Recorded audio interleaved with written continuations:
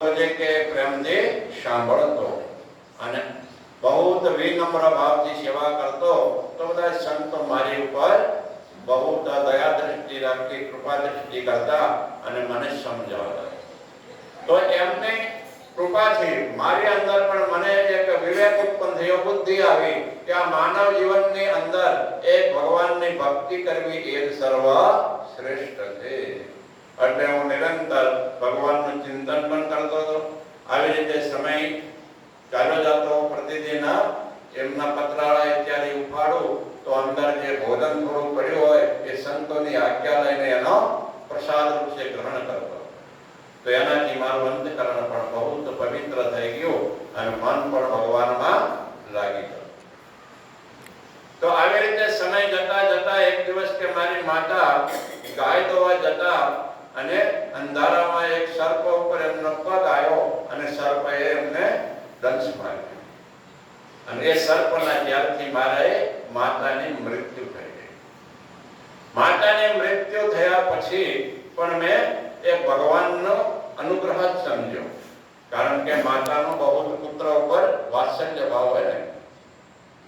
તો કહે છે માતાના જે સંસ્કાર ઇત્યાદિ કરીને પછી હું નિરંતર આ મહાપુરુષોની કે સેવા કરતો અને સેવા કરતા કરતા ચાતુર્માસ પૂરું થવા આવ્યું ત્યારે કે છે એમની કૃપા દ્વારા, એમના પ્રેરણા દ્વારા હું ઉત્તર દિશાની અંદર ચાલ્યો ગયો. ઉત્તર દિશાની અંદર ચાલતા ચાલતા બહુ સુંદર એક સ્થળ હતું. એ સ્થળે હું ભગવાનનું ભજન કરવા માટે ધ્યાનસ્થ પીપળાનું વૃક્ષ હતું, અહીંયા બેઠો અને ભગવાનનું ધ્યાન કરવા લાગ્યો. તો ભગવાનની કૃપાથી મારું મન ધ્યાનમાં લાગી ગયું અને ભગવાનની એક ઝાંખીનું મને દર્શન થયું.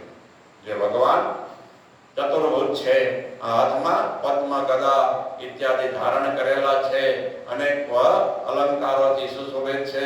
ભગવાનનું એવું દિવ્ય મંગળમય સ્વરૂપના મને દર્શન થયા.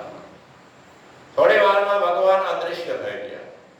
અદૃશ્ય થઈ ગયા પછી મેં ઘણો પ્રયત્ન કર્યો છે, પરંતુ ફરી મારું મન ભગવાનમાં એકદમ લાગતું નહોતું અને ફરી ભગવાનના દર્શન મને થયા નહીં. જ્યારે હું બહુ ખિન્ન થઈ ગયો, ઉદાસ થઈ ગયો, ત્યારે આકાશવાણીની અંદરથી મને સંભળાયું કે હવે તને આ જન્મની અંદર ફરી દર્શન નહીં થાય, આગલા જન્મની અંદર તને દર્શન થશે. તો આવી રીતે કે છે આકાશવાણી થયા પછી હું નિરંતર ભગવાનનું ભજન કરતો, હાલતા ચાલતા જ્યાં સ્થળે જતો ત્યાં ભગવાનનું ભજન કરતા કરતા પછી મારું આયુષ્ય પૂરું થયું અને બ્રહ્માજીના પ્રલયનો સમય પણ આવી ગયો હતો. એટલે બધા અંદર લીન થઈ ગયા.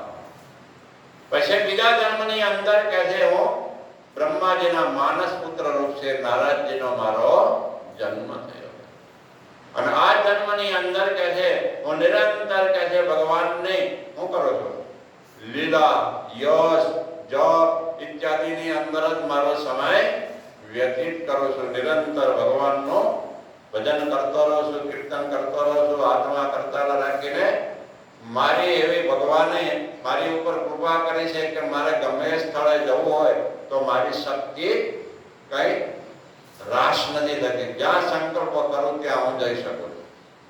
નારદજી ત્રણેય લોકની અંદર વિચરણ કરતા હતા. તો આવી રીતે વૃત્તાંત ભગવાન વ્યાસજીને કરીને પછી એ તો અંતર્ધાન થઈ ગયા, મતલબ ચાલ્યા ગયા. ત્યાર પછી કહે છે આગળનો પ્રસંગ બતાવતા કહે છે કે જ્યારે મહાભારતનું યુદ્ધ સમાપ્ત થયું 18મા દિવસે ભગવાનની કૃપાથી પાંડવોએ કૌરવ પર વિજય મેળવ્યો. એ સમયે કહે છે અંતિમ 18મા દિવસે ભીમની ગદાથી દુર્યોધનની જાંઘો તૂટી ગયેલી હતી. અંધારામાં એ પડ્યો દુઃખી થઈ રહ્યો હતો. એ સમયે કહે છે અસ્વસ્થામાં આવે છે. અસ્વસ્થામાં એનો મિત્ર હતો દુર્યોધન અને આવીને કહેવા લાગ્યો કે તમારી કોઈ ઈચ્છા હોય કહો કે એને હું પૂરી કરું. અરે કે મારા 100 ભાઈ હતા, 100 ભાઈઓ પણ પાંડવો માંથી ઓછો ન થયો. અરે કે મિત્ર તારી પ્રસન્નતા માટે કે છે હું 5 પાંડવોના મસ્તક કાપીને તારી પાછળ લાવી દઉં, તારા ચરણોમાં નાખી દઉં. તો એ વખતે દુર્યોધનને પોતાના લોહીથી એને શું બનાવી દે છે? એના અધિપતિ મતલબ સેનાપતિ બનાવી દે છે. તો એ વખતે કહે છે પછી અશ્વત્થામાં પાંડવોની જે છાવણી હતી એ છાવણીમાં રાત્રે આવે છે. પરંતુ ભગવાન પહેલાથી બધું જાણતા એટલે ભગવાન 5 પાંડવોને લઈને બીજી તરફ ચાલ્યા ગયા હતા. આ બાજુ જ્યારે દ્રૌપદીના 5 પુત્રો એ છાવણીની અંદર સૂતા હતા. હવે એ સૂતા હતા ત્યારે એને સમજ્યું કે આ 5 પાંડવો સૂતા છે, એ જાગે તો એને મારી નહીં શકું, કારણ કે બળવાન હતા. 18 દિવસમાં પણ કોઈ એમને મારી શક્યા નહોતા.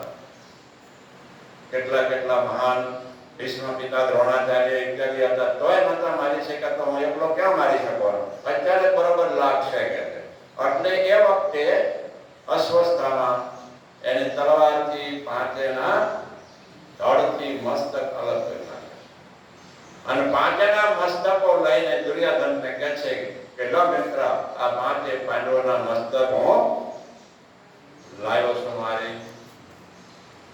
તો દુર્યોધનને હાથો લાગ્યો ને કે જ્યાં મહાન બધા ભીષ્મ પિતા આદિ દ્રોણાચાર્ય કૃપાચાર્ય ઇત્યાદિ કર્ણ જેવા ન મારી શક્યા અને આ એકલો 5ના મસ્તક લાવ્યો. તો આશ્ચર્ય છે. લાગે મને મસ્તક આકારમાં એને એક પછી એક મસ્તક જોયા તો બધા મસ્તક જેમ બાળકના હોય ને કોમળ, એવા કોમળ લાગે. મોટું મસ્તક હતું એને પણ જોયું, એ પણ કોમળ, હાથમાં દબાવવાથી પીસાઈ જાય. ત્યારે દુર્યોધન પણ બહુ ખેદ છે કહેવા લાગ્યો કે હે મિત્ર, તે આપ તો અનર્થ કરી. આમાં એકે પાંડવોનું મસ્તક નથી આવે.